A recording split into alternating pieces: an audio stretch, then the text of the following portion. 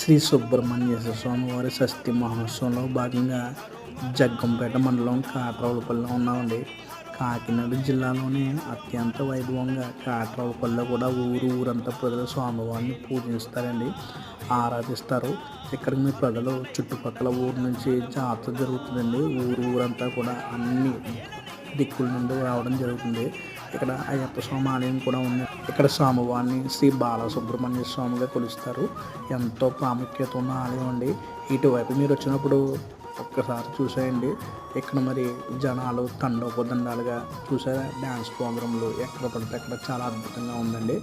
ఎంతో ఎక్కడ చూసినా జనమే. చూసానండి, ఆ పాముని వెలిగించారండి, మరి మామూలుగా లేదండి. పాము శుభ కొడతానే ఉంది. ఎంతో అద్భుతంగా ఉందండి. ఓం నమో సుబ్రహ్మణ్యేశ్వర స్వామి నమః. లైక్ చేయండి, షేర్ చేయండి, కామెంట్ చేయండి. మళ్ళీ ఇంకొక జాతరతో మేము ముందుంటాను.